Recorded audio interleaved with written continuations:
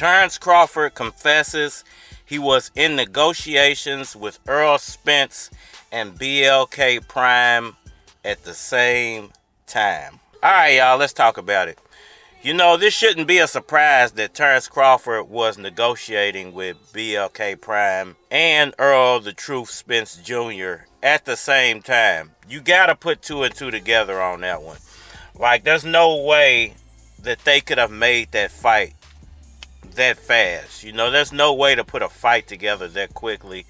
There's no way to secure a venue that quickly. There's no way to secure staff for that venue that quickly. There's no way to get judges, refs, all this stuff that goes along with making a fight.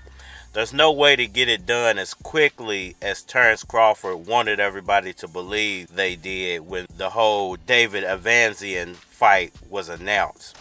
You know, it's just no way for it to happen like that. And what does that mean anyway, that Terence Crawford was negotiating with both sides the whole time?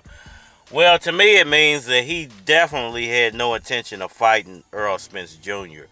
His whole reasoning to me for negotiating with Spence was to keep his name in the public eye, you know, because of the whole Bob Arum situation and Bob Arum saying that he was unsellable, and the fact that Bob Arum pulled all the Crawford promotion after Crawford decided not to re-up the contract. You have to promote yourself. You have to be within the public eye. So the only way he could be within the public eye and have people pat him on the back and be on his side would be to negotiate with Errol Spence, the biggest fight that is to be made in the welterweight division. Even though I'm pretty sure the whole time he had no intention of signing the contract with Spence or entertaining an Errol Spence fight, he just wanted the free publicity. He rode the Errol Spence train. And I think it's kind of funny in a way that Errol Spence Jr. and PBC didn't pick up on it. They didn't realize that that was the tactic that he was using. After 2-3 months, they should have put two and two together and said, you know what, this guy obviously is playing some type of game. We need to think of a backup plan just in case he pulls out of the negotiation. But they never did that. They never put a protection plan in place for themselves. They only rolled with the fact, I guess they felt like Terence Crawford had no other option. True, Terence Crawford's options are limited. They're nowhere near as good as the options that Errol Spence has. Even though Errol Spence has the harder options, he just has a whole lot more of them.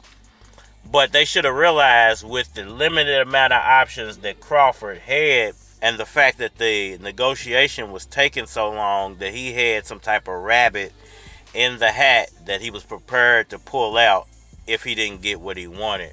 And obviously, that's what happened. He didn't get what he wanted, pulled that rabbit out of the hat. Everybody thought they saw a magic trick when Terence Crawford was just pulling an illusion the whole time. Word on the street is that he was negotiating with them since June or July. Now, if you go back and check my Blue Blood videos, where I spoke about Blue Blood basically lying about the whole Terence Crawford 7-11 incident, you'll see that I told y'all that he was probably negotiating with them since June or July, way back then, that there was no way he couldn't have been talking to them the whole time.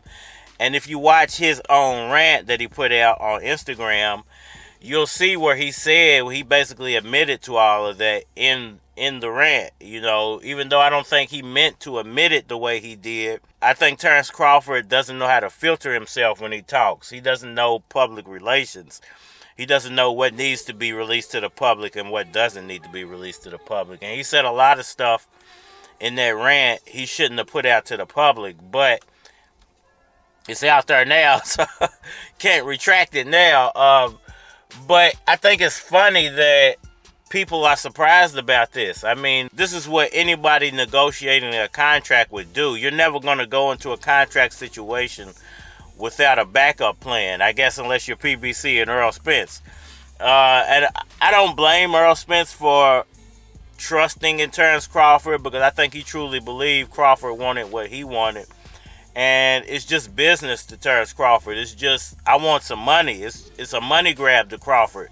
It has nothing to do with making the best fights or chasing greatness, undisputed, all that. I don't think that really matters to Terence Crawford. I think what matters to him is let me get as much money out of these situations as I can before my time is up, you know. And that goes back to him being with Bob Arum and Bob Arum giving him all those easy fights. You know, he's had an easy roll, an easy hold of it the whole time. And he still had people come pat him on the back. He still had fans rock with him and call him the greatest fighter ever, even though he really hasn't achieved anything as a welterweight.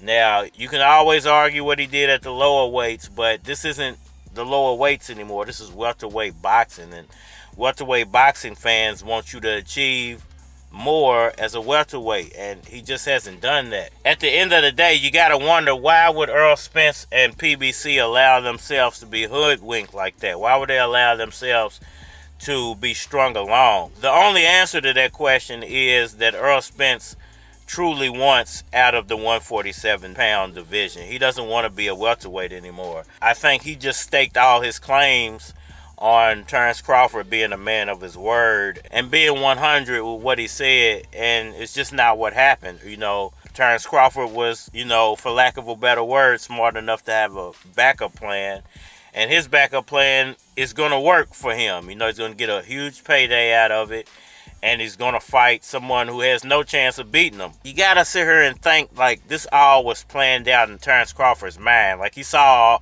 the way all of this was going to work out. He saw the mandatories and the #1 challenger standing behind Errol Spence, and he saw the tougher fights Errol Spence has to go through, and he saw his road through the next year is a whole lot easier, and decided just to walk his own path, basically. And he had a company willing to back him walking his own path. Is that fair? Is that good for boxing? Hell no, but it is what it is at this point. So y'all let me know what y'all think about that down in the comment section below. Are you surprised that he was negotiating with BLK Prime the whole time? Or do you feel like he was smart enough to have a backup plan and Spence Jr. and PBC should have done the same? Holler at me on all social media platforms, Facebook, Instagram, YouTube, Twitter, but you're more than likely to get a response on the tube, so holler at me over there. It's your boy, and we are 90. You know what I'm saying? All these rappers and their little songs, man. They get shout outs to 100 cities, never mention Louisville. Feel me? Niggas ain't all fat, man. It's the chairman of the board, swerving in the Ford. Game sharp like George Gervin with the sword. I ain't the one to ignore, I'm crushing the norm. School girls let me come in their dorm. When I come and perform, you get to see it live in person. Hot rhyme dispersing, rhyme detergent.